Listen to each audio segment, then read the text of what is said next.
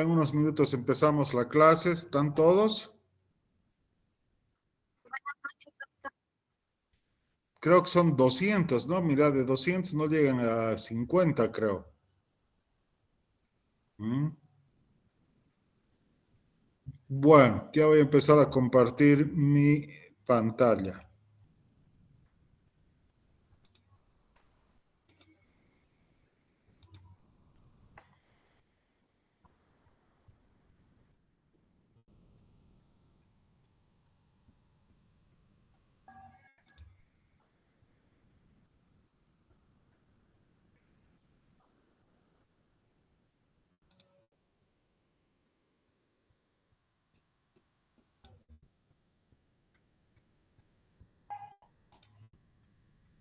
¿Se ve mi pantalla? Sí, doctor. Sí, doctor.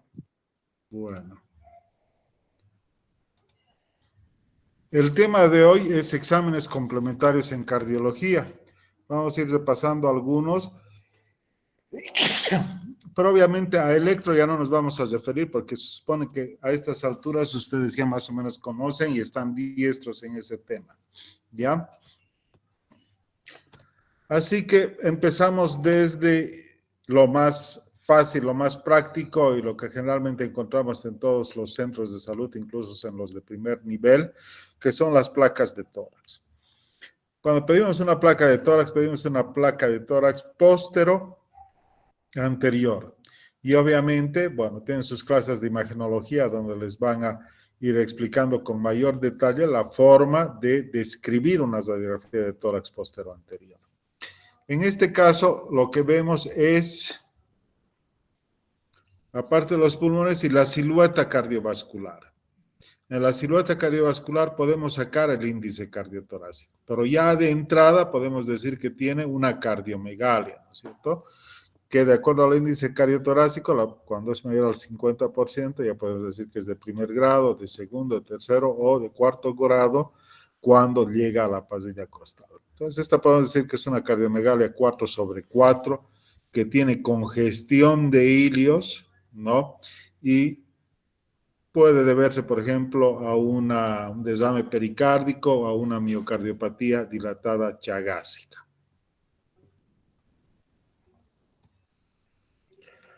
Por el contrario, en esta otra radiografía, el corazón no está muy grande como la anterior, pero sí existe una congestión, ¿verdad? A nivel de ambos pulmones, incluso que llega a la parte superior, una redistribución de flujo y podemos pensar que puede tener un edema agudo de pulmón. Por ejemplo, puede tener un infarto masivo, puede tener si tiene, por ejemplo, una estenosis mitral, puede acompañarse de una fibrilación auricular y nos puede dar esto, una crisis hipertensiva, edema agudo pulmonar de altura, ¿no? Diversas causas. Y hay mucho más en la radiografía, pero como les comentaba, esa parte la van a llevar en imagenología. Pero uno de los exámenes que nos da mayor información es la ecocardiografía. Y ahora sí existen varios centros y en la mayor parte de los lugares ya se pide ecocardiograma para ver el estado del corazón. Nos da mucha información de la contractibilidad, del tamaño de las cavidades, del espesor de las paredes del músculo, nos da unidad de las válvulas, del movimiento, tiene ciertas atribuciones, por ejemplo, el Doppler, que es capaz de medir el flujo a través de las válvulas e incluso el color. Es decir, uno de los exámenes complementarios que más ha evolucionado a nivel de cardiología es la ecocardiografía. Y actualmente es una subespecialidad muy requerida. Y ustedes están viendo que para hacer la ecocardiografía cardíaca necesitamos un transductor y existen, podemos decir, tres posiciones clásicas, ¿no es cierto? Una desde la punta del corazón o es apical, otra es paraesternal y otra es supraesternal, ¿no es cierto? Para ver desde diferentes ángulos el corazón. El paciente generalmente se acuesta en decúbito lateral izquierdo y estas estructuras se van a ver mejor en personas delgadas, en personas muy gorditas, obesas, es difícil poder tener buenas imágenes. Y tenemos ejes, ¿no? Particularmente dos ejes. Un eje transversal, que es este, y un eje longitudinal. Este eje transversal puede cortar el corazón a diferentes niveles, ¿sí? También se llama eje corto y eje largo. Vamos a ver las estructuras. Acá tenemos a la izquierda la anatomía patológica. Este sería un eje largo, donde este es el ventrículo izquierdo, esta es la pared libre del ventrículo izquierdo, este es el septum interventricular, ¿no? Esta es la válvula mitral, la aurícula izquierda y el tracto de salida del ventrículo izquierdo con la válvula aórtica. Y estas ya son las cavidades derechas. Este es un eje longitudinal, ¿no es cierto? Paraesternal, si quieres, longitudinal.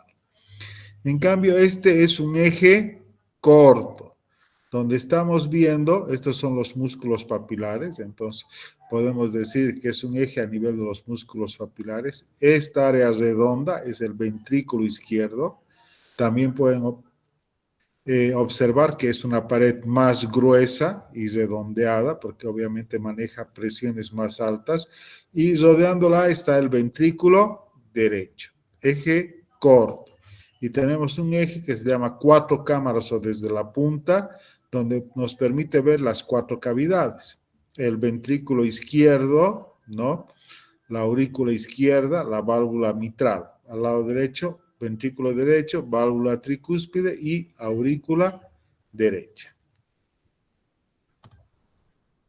Entonces, en este eje largo que hemos mencionado, ventrículo izquierdo, ventrículo derecho, septum interventricular, y esta es la imagen que nos da el ecocardiograma. Vean que es similar a la estructura de la anatomía patológica, ¿no? Ventrículo derecho, el septum interventricular, el ventrículo izquierdo obviamente es más grueso, la aurícula izquierda, la válvula mitral y la aorta, tracto de salida del ventrículo izquierdo.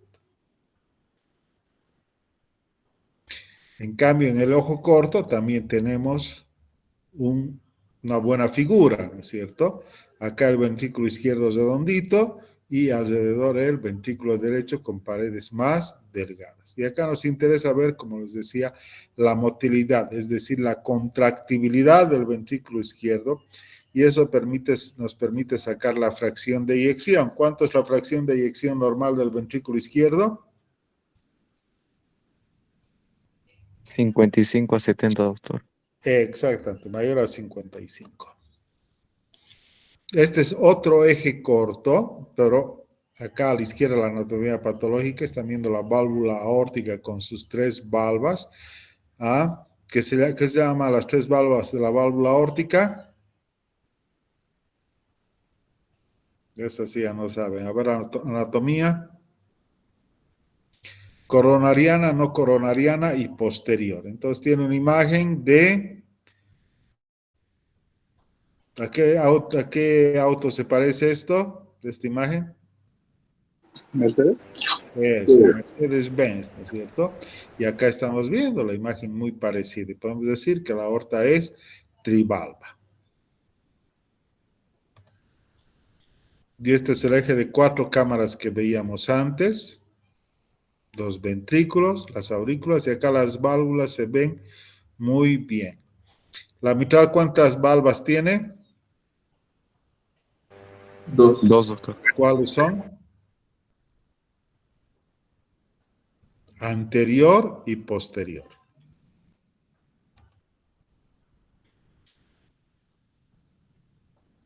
Acá también un eje de cuatro cámaras, el ventrículo derecho, donde también se puede sacar la fracción de expulsión, la aurícula derecha, la aurícula izquierda y la válvula mitral.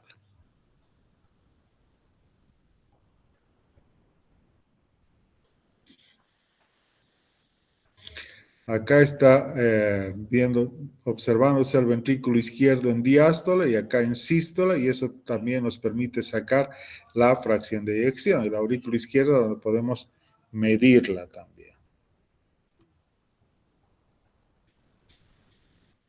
Y acá, en este eje largo, estamos viendo este modo M se llama, donde se ven las estructuras. Este es el ventrículo derecho, este es el septum interventricular, acá está en sístole, acá en diástole, sístole, diástole, y acá la cavidad del ventrículo izquierdo. Entonces, la máquina automáticamente saca la fracción de eyección midiendo la cavidad en diástole y en sístole.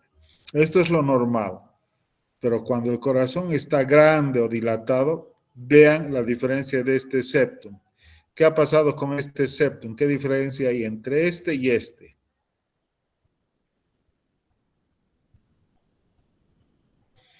¿Y qué diferencia hay en la pared posterior? ¿Qué diferencia se encuentra? Que este músculo no se engruesa bien, es decir, pierde contractibilidad. Y esta cámara del ventrículo izquierdo está más grande, sus diámetros son mayores. Bueno, de acá está un eje paraesternal y puede hacer cortes a nivel del ventrículo izquierdo, a nivel de la válvula mitral, a nivel de la aurícula izquierda y a nivel de la aorta. Y nos muestra imágenes en modo M como el que vimos, ¿no es cierto? Este es un ecocardiograma transmitral, ¿no? Acá, a este nivel. Entonces, estamos viendo, en realidad acá estamos viendo los 4 niveles. 1, 2, 3, 4. 1, 2, 3, 4.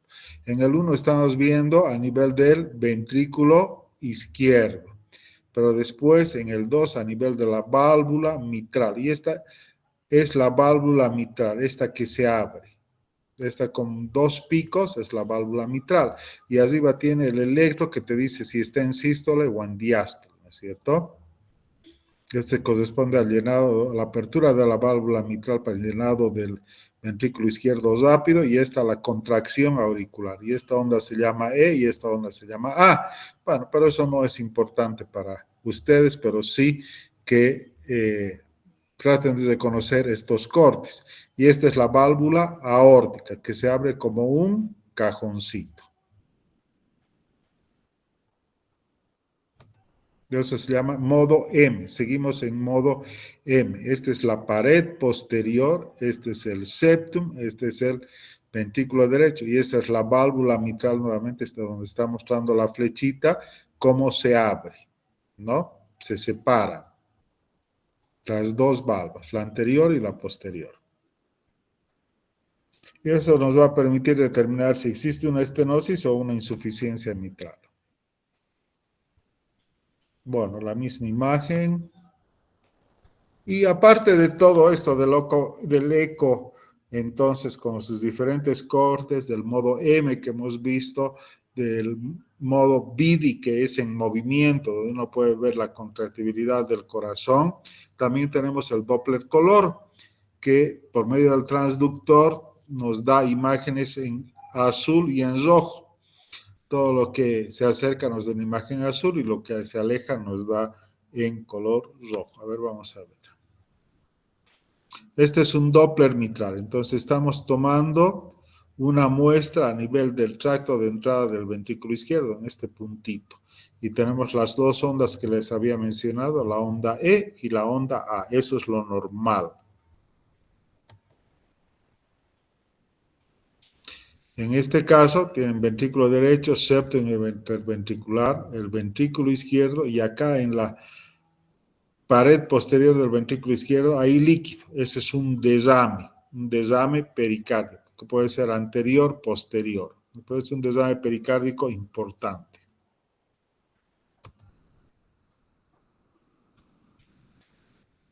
Este es un ventrículo izquierdo con una insuficiencia mitral funcional. Y esto es lo que decía, acá está el transductor en la punta, este es el ventrículo izquierdo y esta es la aurícula izquierda, y lo que se acerca nos da una imagen en color rojo, y lo que se aleja se nos da una imagen en color azul, y esta es la válvula mitral. Entonces acá podemos decir que tiene una insuficiencia mitral, y más o menos podemos precisar si es una insuficiencia mitral leve, moderada o severa. Si está llegando hasta la pared posterior, podemos decir que tiene una insuficiencia mitral importante. Ecocardiograma Doppler color. Acá estamos viendo la válvula mitral que está calcificada. Tiene una estenosis mitral y una aurícula izquierda grande, dilatada.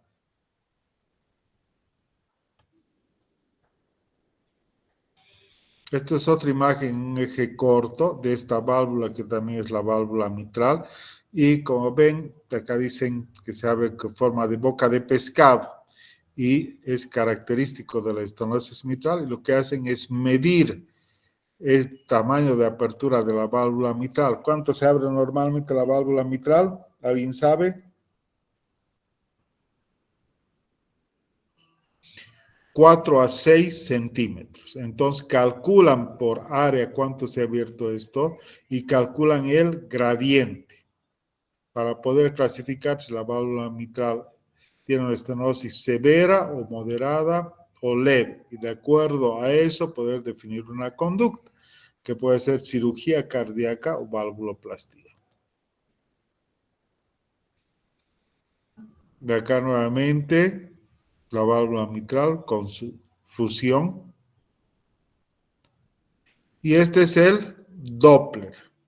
Esta imagen que se obtiene es el Doppler, y por un tiempo de hemipresión, que es una fórmula más compleja, nos permite sacar el área de la válvula mitral.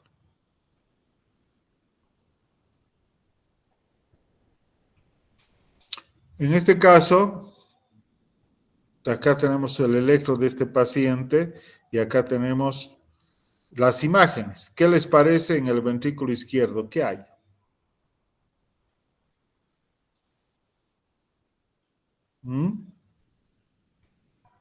¿Qué les parece esta cavidad del ventrículo izquierdo? ¿Es normal? Está dilatada. Agrandada, doctor. No está dilatada, más bien está hipertrofiada. Esta pared en la punta está gruesa. Entonces eso se llama miocardiopatía hipertrófica apical. Es un problema con tendencia hereditaria y muchas veces es causa de muerte súbita. Algunos jugadores de fútbol que tienen esta patología, cuando es un ejercicio muy intenso, pueden tener una arritmia y muerte súbita. De acá, a nivel de la válvula aórtica, estamos viendo esta imagen medio redondeada, calcificada, y esta es una vegetación. Y esto nos permite también entonces hacer diagnóstico de endocarditis infecciosa, una vegetación. Y también este examen de ecocardiograma que hemos dicho que ha mejorado mucho la técnica y mucho la subespecialidad, nos permite hacer una medición que se llama strain. Van calificando la motilidad del ventrículo izquierdo, que es esta en rojo, y de acuerdo a la motilidad determinan si tiene isquemia o no. Cuando no se mueve bien un área del corazón, por ejemplo la punta, eso se permite ver con el equipo, con el strain. Y nos puede sugerir que tiene una isquemia. Bueno, hasta ahí ecocardiograma. También mencionarles que existen otras aplicaciones del ecocardiograma para que puedan entender. Una es el ecocardiograma transesofágico, es decir, que no se hace como normalmente se realiza transtorácico, sino que se coloca una sonda como si estuviese teniendo una endoscopía alta y permite ver el corazón desde la parte posterior. Sobre todo es útil para problemas valvulares aórticos, para problemas valvulares mitrales, porque se ven muy bien esas valvas. Ecocardiograma transesofágico.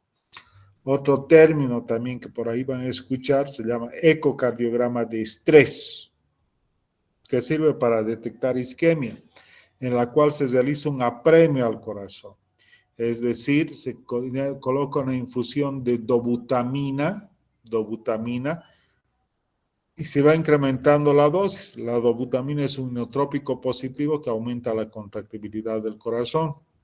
Y por medio del ecocardiograma van viendo cómo responde el corazón ante este estímulo farmacológico.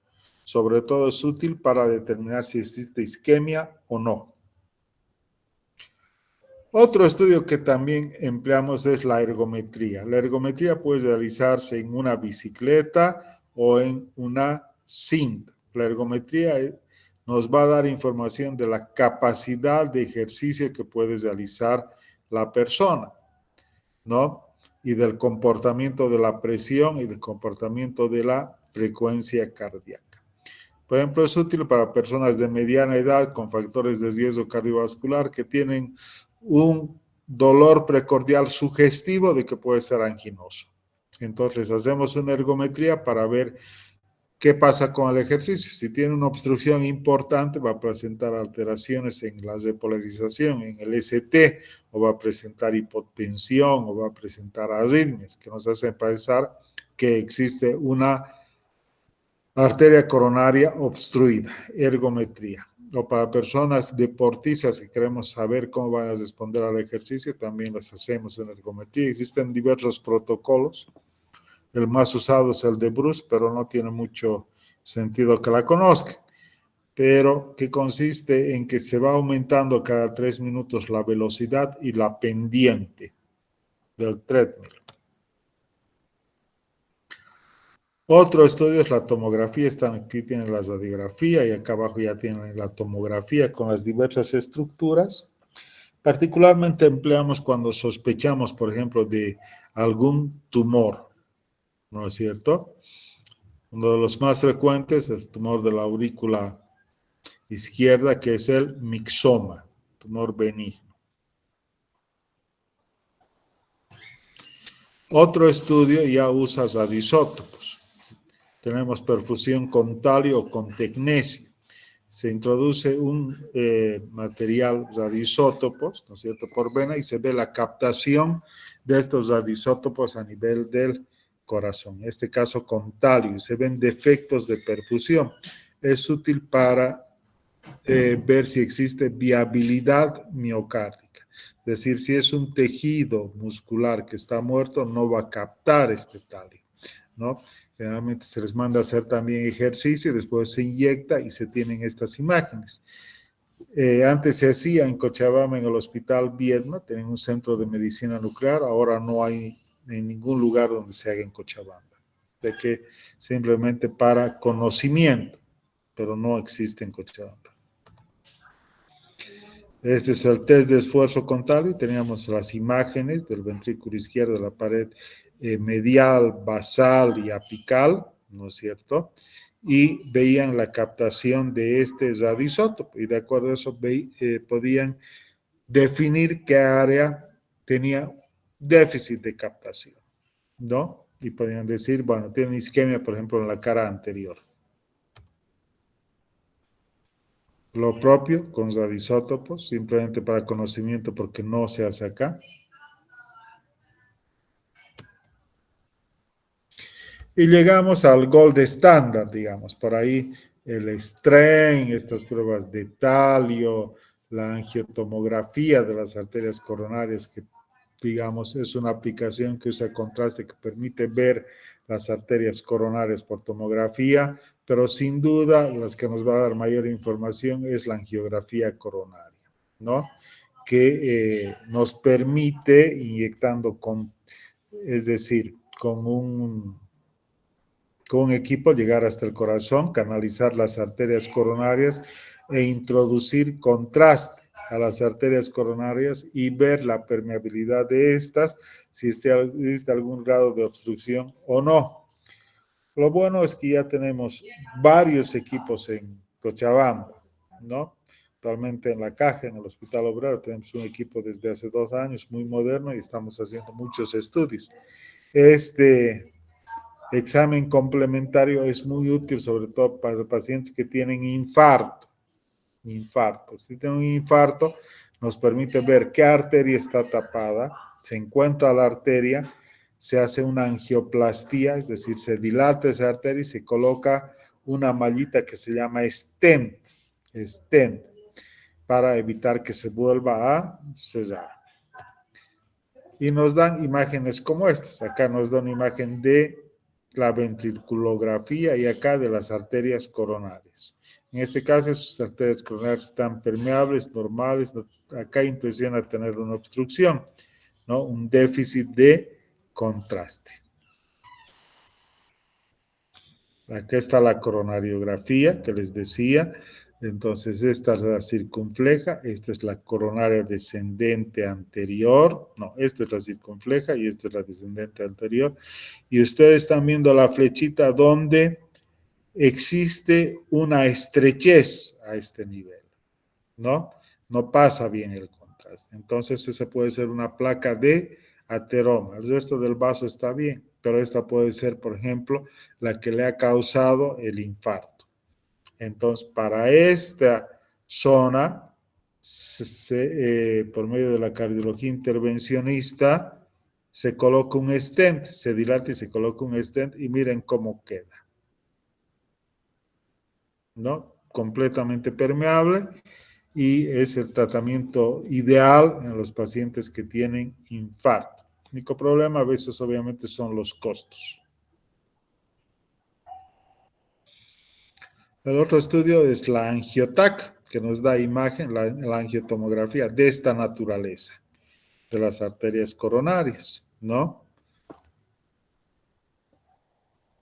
Acá tenemos la coronaria derecha, que aparentemente está permeable, la descendente posterior.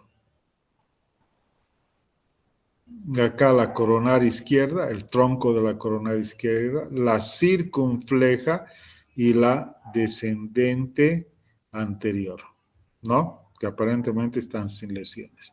Pero, como les comenté, la que manda, diríamos, es la cinecoronariografía. Bueno, estos trazados también ya han visto, ¿no? Cuando hemos hablado del taller de electro, y esto corresponde a ¿qué arritmia? ¿Qué arritmia es esta? Chicos, se supone que a esa altura ya deberían estar dominando electro. ¿Qué arritmia es esta?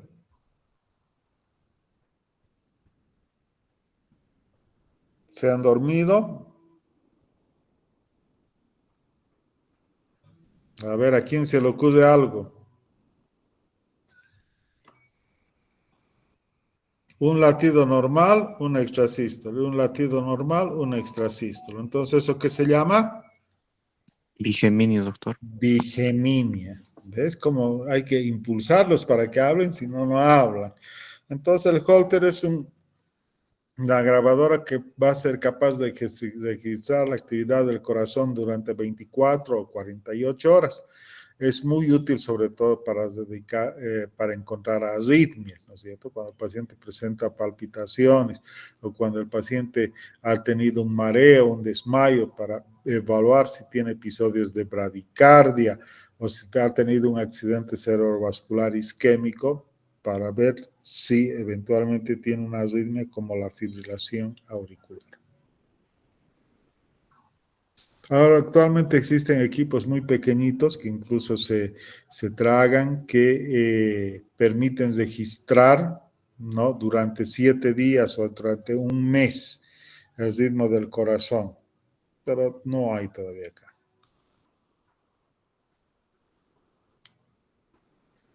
Otro de los estudios se llama estudio electrofisiológico, que por medio de un catéter que se introduce por vía femoral, se llega al corazón y se va haciendo un mapeo del corazón. Vean los electrodos exploradores A, B, C, D en muchos casos y sirve para detectar arritmias. Hemos hablado de taquicardia paroxística supraventricular, hemos hablado de Wolf, Parkinson, White, ¿no es cierto? Entonces, se los envía a hacer este estudio electrofisiológico, se encuentra la arritmia que está generando el lugar y se hace una ablación, es decir, se quema por radiofrecuencia o por frío. Y en 90%, más del 90% de los pacientes, la arritmia es curada. Estudio electrofisiológico. Y tenemos también dispositivos, ¿no? Hemos hablado de los marcapasos, que pueden ser marcapasos BBI, marcapasos bicamerales, tenemos resincronizadores, que vamos a hablar de ellos cuando hablemos de insuficiencia cardíaca, pero también tenemos cardiodesfibriladores, ¿no? Que son capaces de detectar, en este caso, una arritmia, una fibrilación ventricular, y al detectarla son capaces de enviar un choque eléctrico endocavitario, es decir, dentro del corazón, y el paciente retorna a su vida normal.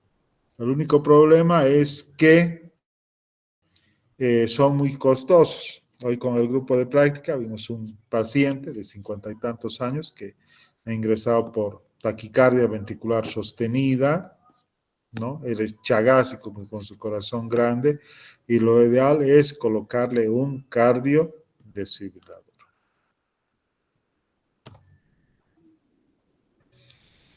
Bueno, se coloca más o menos así, no vamos a hablar de esto. ¿Y esto qué les parece?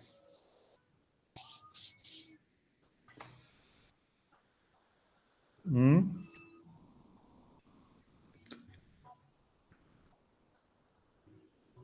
La tecnología ha avanzado tanto que actualmente tenemos el IBUS.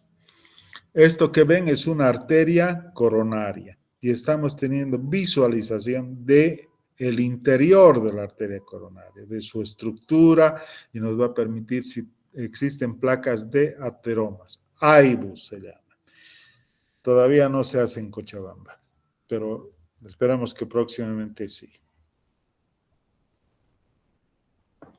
Y por último, para esto de los problemas coronarios que obviamente sí están en ascenso debido al incremento de los factores de riesgo, como ser el tabaco, la hipertensión, la diabetes, este tipo de obstrucciones arteriales coronarias les llevan a la presencia de ateromas que pueden estar en varias arterias del corazón, ¿no?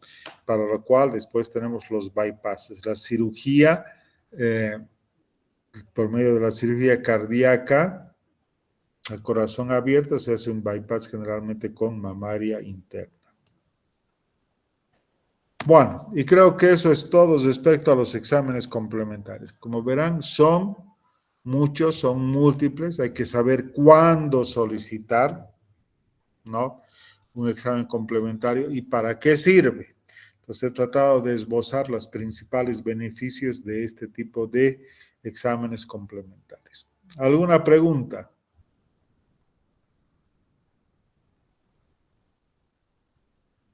No hay preguntas. Seguramente con el transcurso del tiempo van a haber muchos más exámenes, ¿no? Nuevos, más sofisticados y bueno, seguramente ustedes van a estar para poder conocer todavía estos. Mañana que es miércoles y jueves, van a ser las dos últimas clases que voy a dar y vamos a hablar de insuficiencia cardíaca. Así que me gustaría que lean un poco de insuficiencia cardíaca. Su libro de consulta de clínica es el Harrison, de preferencia. Si quieren profundizar mucho más, existe un libro de cardiología muy sofisticado, que es de especialidad, que se llama Brandwald. Pero con que sepan del Harrison, es suficiente. ¿Sí? ¿Algún comentario más?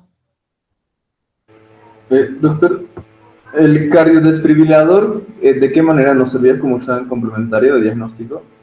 ¿O era No, solo en realidad no es un examen complementario, es un dispositivo, ¿no es cierto? El examen complementario es el estudio electrofisiológico, ¿no?